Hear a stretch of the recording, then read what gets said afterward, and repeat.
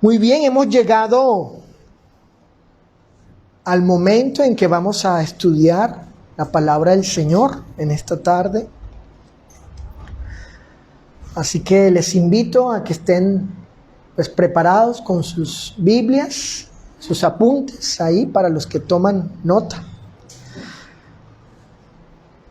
Y así juntos edificarnos a través del estudio de la palabra. El título de la enseñanza es Lo que está escrito de mí. Ese es el título del sermón de esta tarde. Lo que está escrito de mí. Acompáñenme a Lucas capítulo 24. Lucas capítulo 24, versículo 44.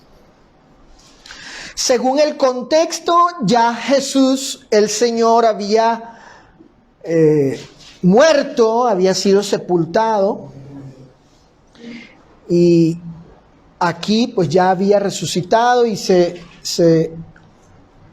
les aparece a los discípulos, les da evidencias de la resurrección corporal de su cuerpo regenerado, a excepción de algunas partes de su cuerpo. Algunas partes de su cuerpo no fueron regenerados en la resurrección. Y hoy vamos a ver por qué. Porque esas ciertas partes del cuerpo no fueron regeneradas, ¿sí? No fueron puestas como construidas, como estaban en su cuerpo inicialmente. Allí vemos que Él le pide de que comer comida para ellos, para demostrar que ciertamente había resucitado. Podía Él tomar estas cuestiones físicas y comer. Era evidencia de su resurrección corporal. Entonces en el 44 Él dice, acompáñenme a la lectura. Lucas 24, 44 dice, y les dijo, estas son las palabras que os hablé, estando aún con vosotros, que era necesario que se cumpliese todo lo que está escrito de mí. ¿En dónde? En la ley de Moisés, en los profetas y en los salmos. Como ven, de allí tomé pues la lección y de hecho el título, ¿no? Dice Jesús, era necesario que se cumpliese todo lo que está escrito de mí en la ley de Moisés, en los profetas y en los salmos. Según Lucas, hermanos, según Lucas, el Señor declaró que de Él se había escrito ¿dónde? Fíjense, en la ley de Moisés, en los profetas y en los salmos. Esta división que hace Jesús del Antiguo Testamento era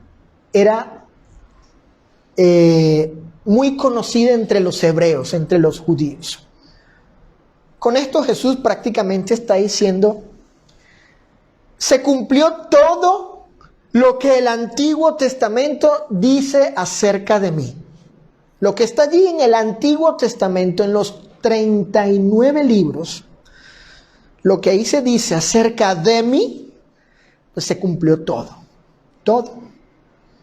Solo que Él aquí hace esta división del Antiguo Testamento, pero se refiere al Antiguo Testamento, porque la ley de Moisés, los profetas y los salmos son libros, es contenido que es parte del Antiguo Testamento, de los 39 libros del Antiguo Testamento.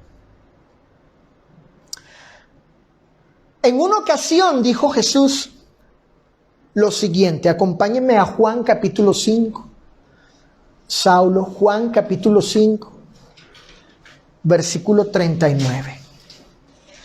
Jesús dijo: escudriñad las escrituras. ¿Cuáles? Pues en ese momento no existían las escrituras del Nuevo Testamento, es decir, los 27 libros del canon del Nuevo Testamento. Jesús se está refiriendo a las escrituras del Antiguo Testamento. Y él le dice a los judíos: escudriñad las escrituras, en la versión Reina Valera. En otras versiones dice: ustedes escudriñan, ustedes están haciendo esto. ¿Por qué? Porque a vosotros os parece que en ellas, ¿quiénes son esas ellas? Las escrituras, tenéis la vida eterna, fíjense, y subrayen lo siguiente: y ellas, las escrituras, son las que dan testimonio de mí. Eso dijo Jesús en una ocasión en el Evangelio de Juan, capítulo 5, versículo 39. Entonces, y según estas palabras, Jesús hace la reclamación, fíjense la palabra que estoy usando, la reclamación que el Antiguo Testamento hablaba de él. Por tanto, en esta lección veremos 3 escrituras. Vamos a ver 3 escrituras del Antiguo Testamento. Una escritura de la ley de Moisés, otra escritura de los profetas y otra escritura de los salmos que hablaban ciertamente de alguien. Hablaban ciertamente de una persona. Y que las cosas dichas en ellas, en estas escrituras, como vamos a ver en el día de hoy, se cumplieron exclusiva, fíjense las palabras, ojo, que uso, se cumplieron exclusiva y cabalmente en la persona de Jesús, confirmándose sin duda alguna que Él era aquel de quien el Antiguo Testamento anunciaba su venida al mundo. Primera escritura que vamos a ver de la ley de Moisés. Primera escritura que vamos a ver de la ley de Moisés. Deuteronomio capítulo 18. Vamos a Deuteronomio, que es libro que es parte de la ley de Moisés, específicamente de los primeros 5 libros de la ley, el Pentateuco. Clasificación que se le da a los primeros 5 libros de la ley, se les llama la ley de Moisés, pero ahí en estos 5 libros, a esos 5 libros se les clasifica de esa manera. En el libro de Deuteronomio capítulo 18, verso 15, Moisés predice que un judío, no un gentil, ojo con eso, un hebreo, un descendiente de ellos, ese judío se convertiría en profeta como Moisés. Sería uno como él, como Moisés, un judío, un hebreo. Dice Deuteronomio capítulo 18, verso 15. Profeta de en medio de ti, es decir, de tus hermanos, es decir, los hebreos, los judíos, como yo, está hablando Moisés, hablándole al pueblo, te levantará ¿quién? Jehová tu Dios, a él oiréis. Fíjense que Moisés predice, profetiza, hace una declaración predictiva diciendo que se levantará de entre los hebreos o judíos, Dios levantará a uno que sería un judío profeta como lo era Moisés. Entonces, aquí tenemos a Moisés profetizando que un hombre de nacionalidad judía sería profeta como lo fue él, con autoridad, hacedor de grandes señales y comunicador de la voluntad de Dios. Pero, escuchen esta pregunta: ¿cómo supo Moisés que vendría ese único, extraordinario y excepcional profeta? ¿Cómo pudo él saber y comunicarle públicamente al pueblo que vendría un judío, un hebreo, que llegaría a ser un profeta como él? ¿Se cumplió esta profecía hecha por Moisés? Fíjense, cuando Jesús alimentó a los 5,000 varones, los judíos que fueron testigos de tal evento dijeron lo siguiente. Acompáñenme a Juan capítulo 6, verso 14. Porque aquí el evangelista relata las palabras de aquellos judíos que cuando vieron el milagro de que Jesús multiplicó la comida, pero Juan habla de 5,000 varones, 5,000 varones. No está incluyendo allí a las mujeres, a los niños, o sea, era más gente, porque no solamente habían varones. Miren lo que dicen los judíos allí en Juan 6:14, porque ellos sabían, ellos leían el Antiguo Testamento, iban a las escrituras antiguas, a Deuteronomio, y sabían que había la promesa de que el Señor levantaría a un profeta como Moisés. Y ya les dije que características, marcas distintivas del profeta, una de ellas eran las grandes señales, como las hizo Moisés. Como las hizo Moisés. Entonces ellos están viendo el milagro allí, están ahí viendo que la comida se multiplicó, los peces y los panes, y luego ellos dicen lo siguiente, fíjense, como reacción al evento milagroso. Más de 5,000 gentes vieron lo que hizo Jesús, aparte de los apóstoles. Aquellos hombres entonces, viendo la señal que Jesús había hecho, o el milagro, dijeron, ¿qué dijeron? Fíjense, este verdaderamente es el profeta que había de venir al mundo. Los judíos, estos judíos en particular, cuando vieron allí el milagro, dijeron, ¿será este el profeta prometido? Porque sabían que esa marca distintiva de aquel profeta serían las señales.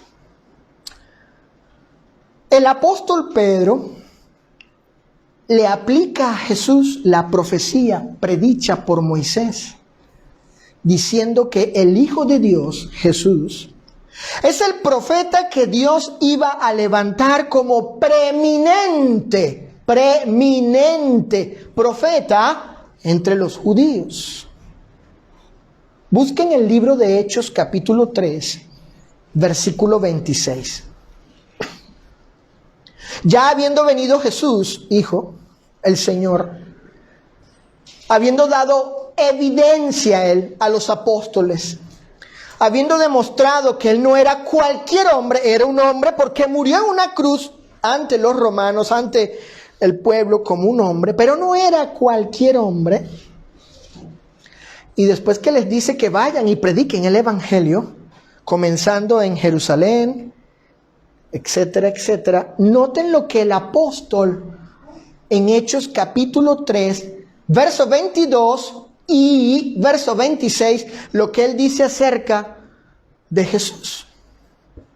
Él está allí, Pedro, dirigiéndose a los judíos, y les dice lo siguiente. Porque Moisés dijo a los padres, ¿sí?, a los antepasados de ellos, ¿qué cosa? El Señor vuestro Dios os levantará profeta de entre vuestros hermanos. Es un judío, ojo, como a mí, a Moisés. A él oiréis en todas las cosas que os hable, porque era legislador. Esa era otra característica, un dador de la ley, comunicador de los mandatos del Señor. En el versículo 26, en ese contexto, sigue diciendo, o dijo el apóstol Pedro, a vosotros primeramente, ustedes los judíos, nosotros los judíos, Dios, ¿qué hizo? Habiendo levantado a su Hijo. ¿Quién es el Hijo de Dios? Jesucristo. Lo envió ¿para qué cosa? Noten el propósito, para bendecirlos. Para bendecirlos. Lo envió, lo levantó como profeta para bendecirlos a fin ¿de qué cosa? De que cada uno de ellos, los judíos, se convierta de su maldad. Entonces Pedro toma la profecía, toma la predicción hecha por Moisés en Deuteronomio y se la atribuye, se la aplica a Jesús. Estos judíos no ignoraban lo que decía Deuteronomio 18. Lo que ellos no aceptaron, algunos, muchos de ellos, mejor dicho, es que Jesús era ese profeta. Pero los apóstoles no tenían ninguna duda, para este entonces no tenían ninguna duda, estaban plenamente convencidos. Dada la evidencia que había, de hecho Pedro dijo, no podemos negar lo que hemos visto y oído.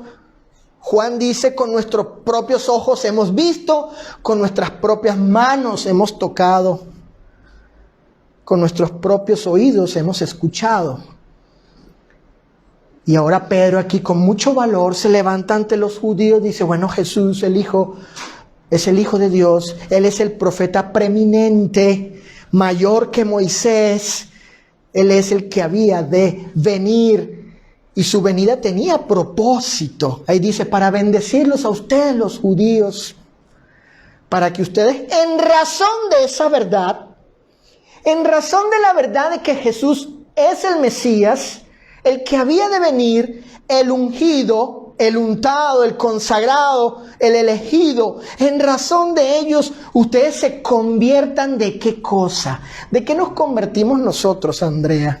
¿De qué nos convertimos, Roberto? Miren, de nuestra maldad. Y él le está diciendo eso a los judíos. Por tanto, Jesús era aquel profeta que había de venir al mundo. Las palabras de Moisés, escuchen, se cumplieron completamente en la persona de Jesús. Jesús fue el recipiente donde se cumplieron. Él fue el depósito donde se cumplieron completamente las palabras de Deuteronomio capítulo 18. Ciertamente Moisés había escrito de él. Es el título del sermón, ¿sí? Lo que está escrito de mí en la ley de Moisés. Pero este no es el único. No es la única cosa, la única predicción, la única profecía, no más que tomé una. Por división. Número 2. En segundo lugar, los profetas. Recuerden que Jesús dijo, lo que está escrito de mí, ¿en dónde? En la ley de Moisés, ¿dónde más? En los profetas. Fíjense, Isaías escribió acerca de las experiencias de un varón, porque no sería mujer, que daría, escuchen, su espalda para ser golpeada, que le arrancarían la barba, se burlarían de él. Y escuchen esto, le escupirían en su cara. Lean Isaías capítulo 50. Libro de Isaías capítulo 50, versículo 6. Vamos todos a Isaías capítulo 50, verso 6. En la versión Reina Valera traduce así el texto, Isaías 56. Que dicho sea de paso, Saulo, dicho sea de paso, hijo, el libro de Isaías fue escrito casi 700 años antes de nacer Jesús. Entonces a Isaías se le revela, se le da a conocer este detalle, esta experiencia de alguien que daría su espalda para que lo golpeasen, que le arrancarían la barba.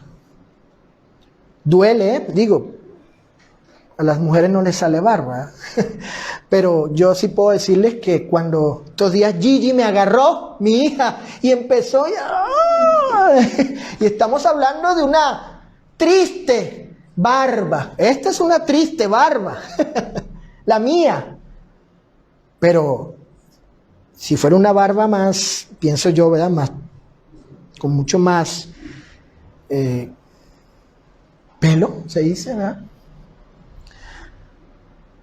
Y sentiría jalones de hombres fuertes como hicieron contra Jesús judíos y romanos. Pues no era un jaloncito como el de Gigi. Duele mucho, mucho. Y luego el escarnio allí. Y para rematar, ser escupido en el rostro. Y lo que significaba eso, ¿verdad? Era un acto de total desprecio a la persona, de humillación, de injuria. Dice Isaías 56 en la Reina Valera 60. Di mi cuerpo a los heridores y mis mejillas a los que me mesaban. No dice que le besaban, no, sino mesaban, quiere decir le arrancaban la barba. Y dice, no escondí mi rostro de injurias y de esputos, quiere decir de escupitajos. Una versión que tengo aquí del Antiguo Testamento, Dianita, dice así: les ofrecí la espalda a quienes me golpeaban. Les ofrecí las mejillas a quienes me tiraban de la barba. No escondí el rostro de las burlas. No escondí el rostro de los escupitajos. Pero ¿cómo pudo saber Isaías una cosa tan específica y casi imposible? Fíjate, Sofía, esto, hija, Fíjate, Paola, Andrea, ustedes que están en edad ya de tomar una decisión con respecto si Jesús es o no es el enviado de Dios. ¿Cómo pudo Isaías saber esta cosa tan específica y casi imposible de predecir? Es decir, que le escupirían el rostro a este varón. ¿Acaso se cumplió lo que estaba escrito en el libro del profeta Isaías? ¿Realmente sucedió así? La escritura de Isaías llegó a ser un hecho y una realidad en la persona de Jesús cuando Él fue escupido, número 1, en el concilio, y número 2, ante los romanos, ante el Sanedrín de los judíos. Fue la primera experiencia. Es decir, que los judíos allí fueron testigos. Ellos vieron que Jesús fue tratado de esa manera. Y luego los romanos, la guardia pretoriana romana, una guardia de élite, pues también ultrajaron a Jesús, le trataron de esa manera. Y pues ellos también fueron testigos de lo que hicieron contra el Señor. Cuestión que Jesús no podía controlar humanamente hablando en ellos. Porque esos actos de escupirle a Jesús fueron actos espontáneos, dados en ciertas circunstancias, en cierto momento y no premeditadamente. O sea que, en otras palabras, los astros, por decirlo así, los astros tenían que acomodarse para que se diera eso. O sea, se dieron todas las circunstancias. Todos los elementos se dieron para que sucediera eso. Entonces no fue que Jesús, algo que él controló humanamente. Él no les dijo, oigan, escúpenme en el rostro para que se cumpla la profecía, ¿no? En el Evangelio de Mateo capítulo 26, verso 67, Mateo siendo judío y con altísimo interés de probar que Jesús era el Mesías, el Cristo, porque Mateo desde el capítulo 1 cita profecías del Antiguo Testamento, en particular al conocido llamado príncipe de los profetas, es decir, Isaías, el arqueprofeto. Aquí él relata este asunto en Mateo 26, Saulo, Mateo 26, 67. Entonces, le escupieron en el rostro y le dieron de puñetazos y otros le abofeteaban. ¿Dónde sucedió eso? En el Sanedrín de los judíos, en el tribunal de los judíos. Estaba el Señor allí, estaba allí, y ellos le trataron de esa manera. Ahora, ¿ustedes creen que estos judíos iban a hacer esto para que se cumpliera la profecía? Si vamos a escupirle, ¿para qué? ¿Verdad? Vamos a escupirle porque Isaías dice que sería escupido, sería tratado así el enviado de Dios. Claro que no, eran enemigos de Jesús. Ellos no se iban a prestar para eso. Todo lo contrario. El interés de ellos no era que la escritura se cumpliese, sino era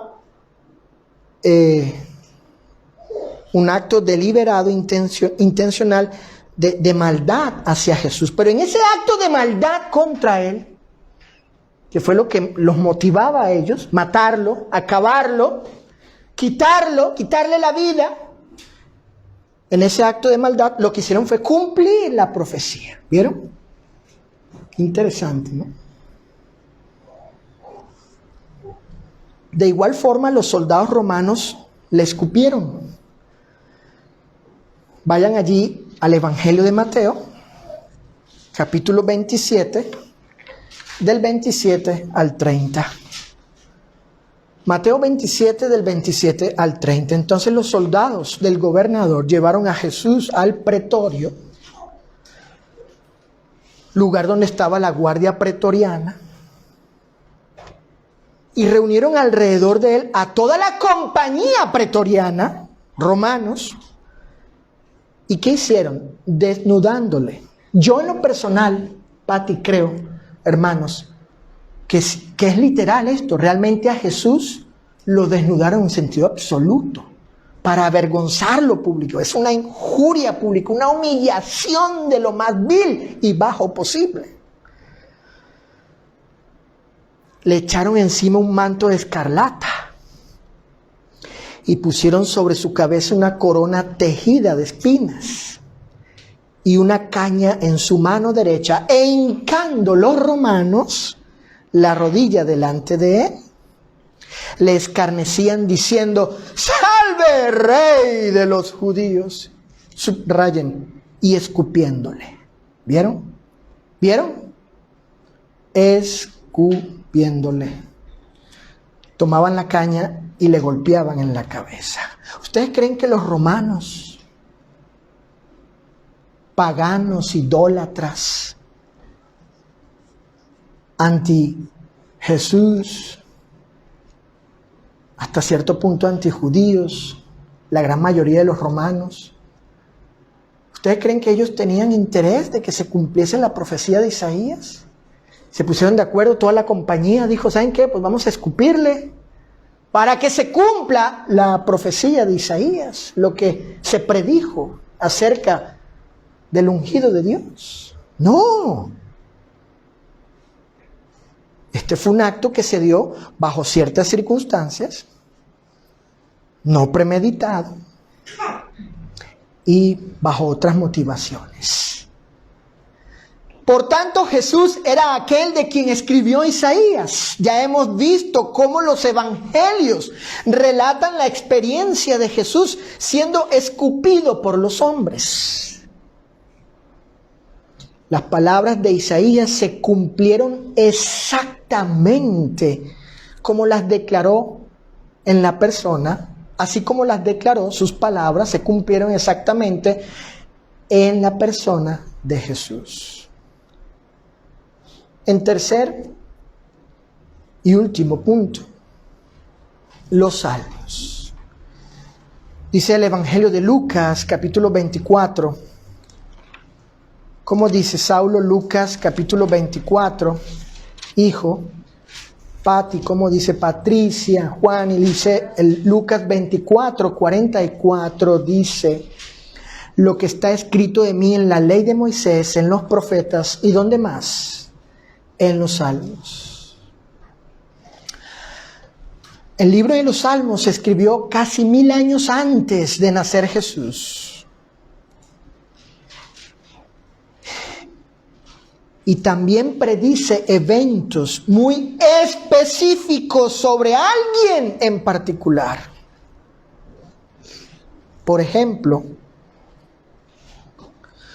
David dice que sus manos y sus pies serían agujerados. Acompáñenme al Salmo capítulo 22. Verso 16.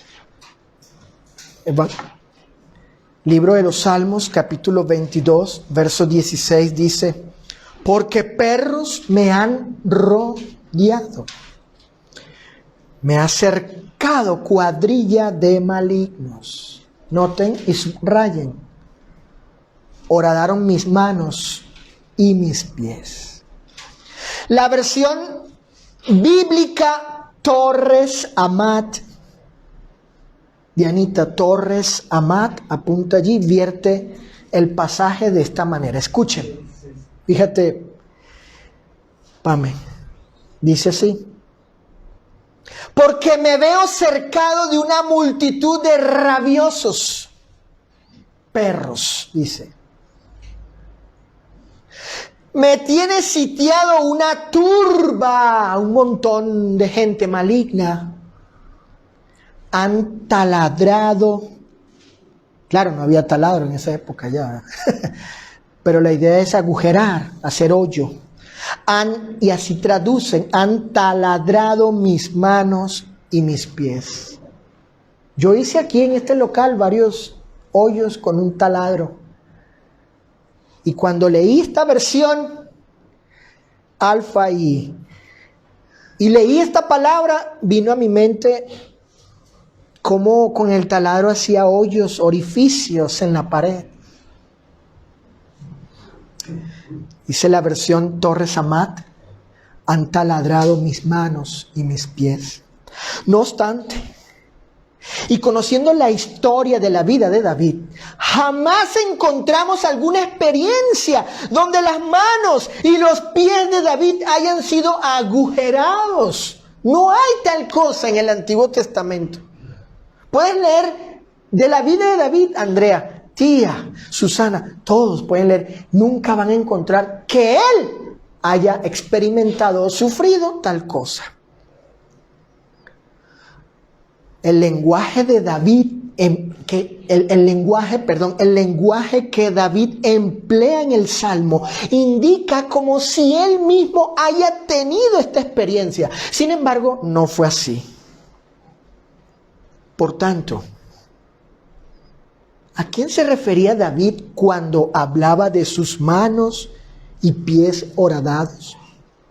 Si no es a Él, entonces, ¿quién tendría tal experiencia de estas? Escuchen, escuchen, fíjense, oído el tambor, como decimos en Venezuela, fíjense hermano, esta experiencia de estas particulares características. Si se refería a David a otro, ¿cómo supo David que el tal de quien hablaba, tendría tales experiencias en ciertas partes de su cuerpo? Fíjense, esos detalles minúsculos, específicos, precisos, exactos. ¿Cómo supo eso David? ¿Quién estaba detrás de todo esto? Si ellos no tenían la facultad, el poder, mejor dicho, para ver el futuro y prever estas cosas. Según los evangelios, Jesús fue crucificado. Y déjenme decirles que eso es un hecho ya reconocido hoy en día por muchos eruditos no cristianos, agnósticos, inclusive ateos, de que Jesús fue un personaje histórico. Otra cosa es que ellos no acepten que era Dios, que era divino, ¿sí? Una cosa es, sí, realmente existió un tal Jesús de Nazaret que murió en una cruz por la sentencia de Herodes. O sea, un personaje histórico, así como Benito Juárez, Simón Bolívar, Venezuela, Santander en Colombia, José Martí en Cuba, Washington, ¿no? Washington en Estados Unidos. Son personajes históricos. A diferencia de Jesús, es que ninguno de ellos reclamó ser divino y lo demostró.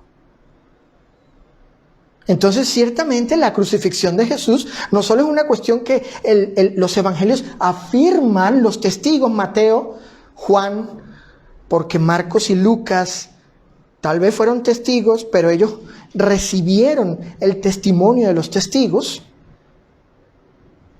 No solo ellos dicen eso, sino también hoy en día se acepta que ciertamente Jesús de Nazaret fue un personaje histórico.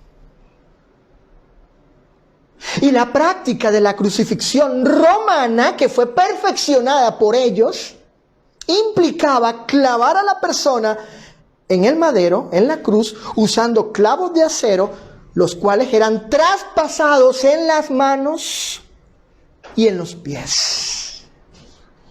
Es decir, que la práctica de la crucifixión, el suplicio de la crucifixión, también es un hecho históricamente cierto. Dice Juan capítulo 19, versículos 17 y 18. Vayan al Evangelio de Juan capítulo 19, versos 17 y 18 así. ¿Qué dice Juan? ¿Qué dice este testigo ocular, presencial, testigo calificado, competente? Dice, y él, Jesús, cargando su cruz, salió al lugar llamado de la calavera. Fíjense, calavera. Lugar del cráneo, según el texto griego, o cráneo, y en hebreo, Gólgota, o sea, el lugar de la muerte. Y allí en ese lugar le crucificaron. Con él a otros dos, uno a cada lado y Jesús en medio. Pero fíjense lo que sucede ya para el capítulo 20. Les había dicho en el principio del sermón que ciertas partes del cuerpo del Señor no fueron regenerados. Y la razón de ello es porque esas ciertas partes del cuerpo que no fueron regeneradas serían la marca distintiva para el incrédulo de Tomás. Dice Juan capítulo 20, versículos 24 y 25. Juan capítulo 20, versículos 24 y 25 dice: pero Tomás, uno de los dos, llamado Dídimo, no estaba con ellos cuando Jesús vino. Le dijeron, pues los otros discípulos, miren lo que les dijeron a Tomás: al Señor hemos, ¿qué cosa? Visto al Señor. La reacción de Tomás fue, él dijo, ¿qué dijo? Noten, subrayen, fíjate Pamela, ¿qué dijo? ¿Qué dijo Tomás? Dijo, si no vieren sus, ¿qué? Ándale, en sus manos, la señal de los clavos, Sofía, y metiere mi dedo en el lugar de los clavos, o sea, no solo ver, yo quiero meter el dedo allí, y metiere mi mano en su costado, donde fue traspasado también por el soldado romano, no creeré. Luego en el 27 del mismo Juan 20, dice la escritura, luego dijo a Tomás, el Señor se aparece y le dice, pon aquí tu dedo y mira mis manos y acerca tu mano y métela en mi costado. Porque esas ciertas partes del cuerpo no fueron regeneradas en la resurrección, porque fueron, como dijo Tomás, la señal, las marcas distintivas de que ciertamente Él era el Señor que fue crucificado.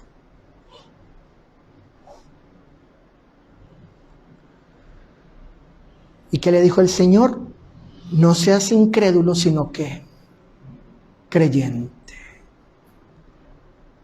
Y eso lo deben decidir las personas. Mis hijos, Sofi, Saulo, ustedes deben decidir si van a ser incrédulos o creyentes. Por tanto, Jesús es aquel de quien David dijo, sus manos y sus pies serían horadados. Las palabras de David se cumplieron perfectamente como las declaró en el Salmo 22. Se cumplieron en la persona de Jesús cuando éste fue puesto en la cruz y crucificado en ella. Los apóstoles, y en particular Tomás, fueron testigos de que Jesús, en sus manos habían hoyos y en sus pies también, cumpliéndose así la predicción hecha hace casi 1000 años antes de Jesús morir en la cruz. Conclusión. Fíjense. Dijo Dios en su palabra. ¿Qué dijo? Dios no es hombre para que mienta. Eso lo está diciendo el Señor. Ni hijo de hombre para que se arrepienta. Él dijo, ¿y no hará? Fíjense cómo la pregunta, ¿no? Él dijo, Dios dijo, ¿y no hará lo que dijo? Habló el Señor y no lo ejecutará. Declaró él cosas, afirmó cosas el Señor y no las voy a hacer. Números 23, 19. Números 23, 19. También dice otra escritura. Escuchen. En el libro de Isaías, capítulo 46, verso 10, dice esta otra escritura. Yo, Jehová, anuncio desde el principio lo que va a venir. Y de antemano, escucha Alfa, lo que no se ha cumplido todavía. Yo digo, y mis planes se cumplen, y todo lo que quiero se realizará. Isaías 46:10. En este pasaje el Señor está diciendo, en otras palabras, el Señor está diciendo: yo declaro las cosas desde tiempos antiguos. Lo digo de antemano, antes que suceda, cuando aún no se ha cumplido. Y lo que digo, mis planes y mis proyectos, mis determinaciones, lo que he predeterminado, todo lo que quiero, todo mi voluntad se hará, se realizará. En otras palabras, el Señor siempre ha sabido todo lo que iba a acontecer, en detalle, específicamente, y del modo que iba a suceder con respecto a la persona de Cristo. Entonces, y por el atributo de su omnisciencia, Dios le reveló, le dio a conocer anticipadamente a Moisés, a Isaías y a David particulares y específicas experiencias de aquel que había de venir al mundo. ¿Para qué? ¿Para qué? Para que al ser cumplidas exclusivamente en la persona de Jesús, sepamos que, ¿qué cosa quiere Dios que sepamos? Con lo que Él le declaró a los profetas, a David, a Moisés en el Antiguo Testamento.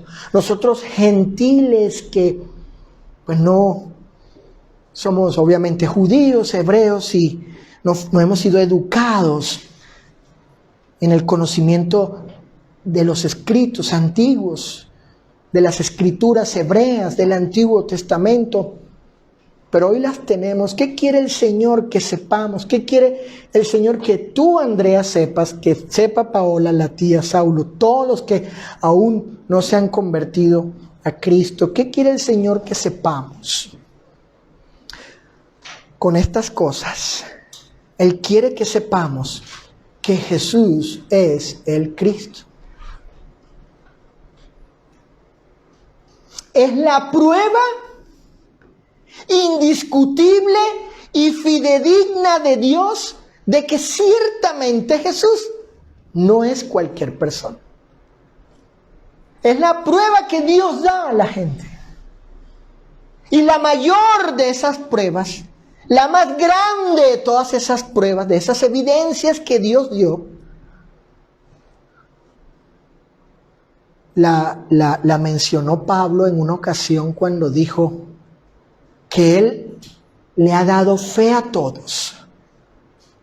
Él les dijo a todos, con esta evidencia, con esta prueba, con este hecho, una cuestión objetiva que no depende de ningún hombre, ni de sus sentimientos, ni de su parecer, ni de nada, fue un acto de Dios. Dijo Pablo, dándole seguridad, dándole certeza, dándole fe a todos, por medio, fíjate, dice Pablo en Hechos, por medio de la resurrección de Cristo. La mayor, la más grande de todas las evidencias que Dios da es la resurrección de Cristo. La resurrección es la prueba divina de que ciertamente Jesús era quien decía él ser, divino, Hijo de Dios, y que Él era o es el Salvador del mundo. Es la prueba indiscutible y fidedigna de Dios de que ciertamente Jesús no es cualquier persona. Y si tú eres honesto con esta evidencia, con estos hechos, preguntándote, por ejemplo, bueno, ciertamente, ¿cómo supo Moisés de ese profeta cientos de años antes? ¿Cómo él pudo ver el futuro y prever eso? David también 1000 años antes, ¿cómo él pudo saber que ciertamente alguien iba a experimentar que sus manos en particular iban a ser horadadas, y no solamente sus manos, y sus pies también iban a ser horadados, cuestión que encaja perfectamente con la crucifixión en los días de Jesús. ¿Cómo pudo saber Isaías, casi 700 años antes, cómo pudo saber Isaías que en cierto momento, en cierta ocasión, ¿sí?, ciertos hombres, no solo judíos, sino también gentiles, enemigos de Dios, iban a escupir? ¿Cómo pudo saber Isaías esa cosa tan específica? Una cosa que sucede de manera espontánea y que no fue premeditada. ¿Cómo supo? ¿Cómo pudo él decir esto? Van a escupir al tal en su rostro. Así que si tú eres honesto con esta evidencia, mis hijos, jóvenes, adultos, aceptarás que Jesús es el Salvador del mundo. Termino diciendo que la primera vez que se predicó el Evangelio en el mundo, aquel sermón dado por el apóstol Pedro en el día de Pentecostés, Pedro lo que hizo a los judíos fue presentarle las evidencias de que Jesús era el Señor, el Cristo, el enviado de Dios, que Él era Dios también como el Padre. Cuando los judíos escucharon lo que presentó Pedro y su defensa del caso de Jesús, y lo que ellos habían hecho en contra de este, ¿sabes cuál fue la reacción de ellos? ¿Sabes cuál fue la reacción de ellos, Sofi? Ante la evidencia, ante la prueba contundente e irrefutable, ante los testigos y ante ciertos hechos que ellos no podían negar, cuando se vieron allí confrontados y hechos culpables de que habían matado al Mesías, dijeron: varones hermanos, ¿qué vamos a hacer ahora? ¿Qué vamos a hacer ahora? ¿Ahora qué?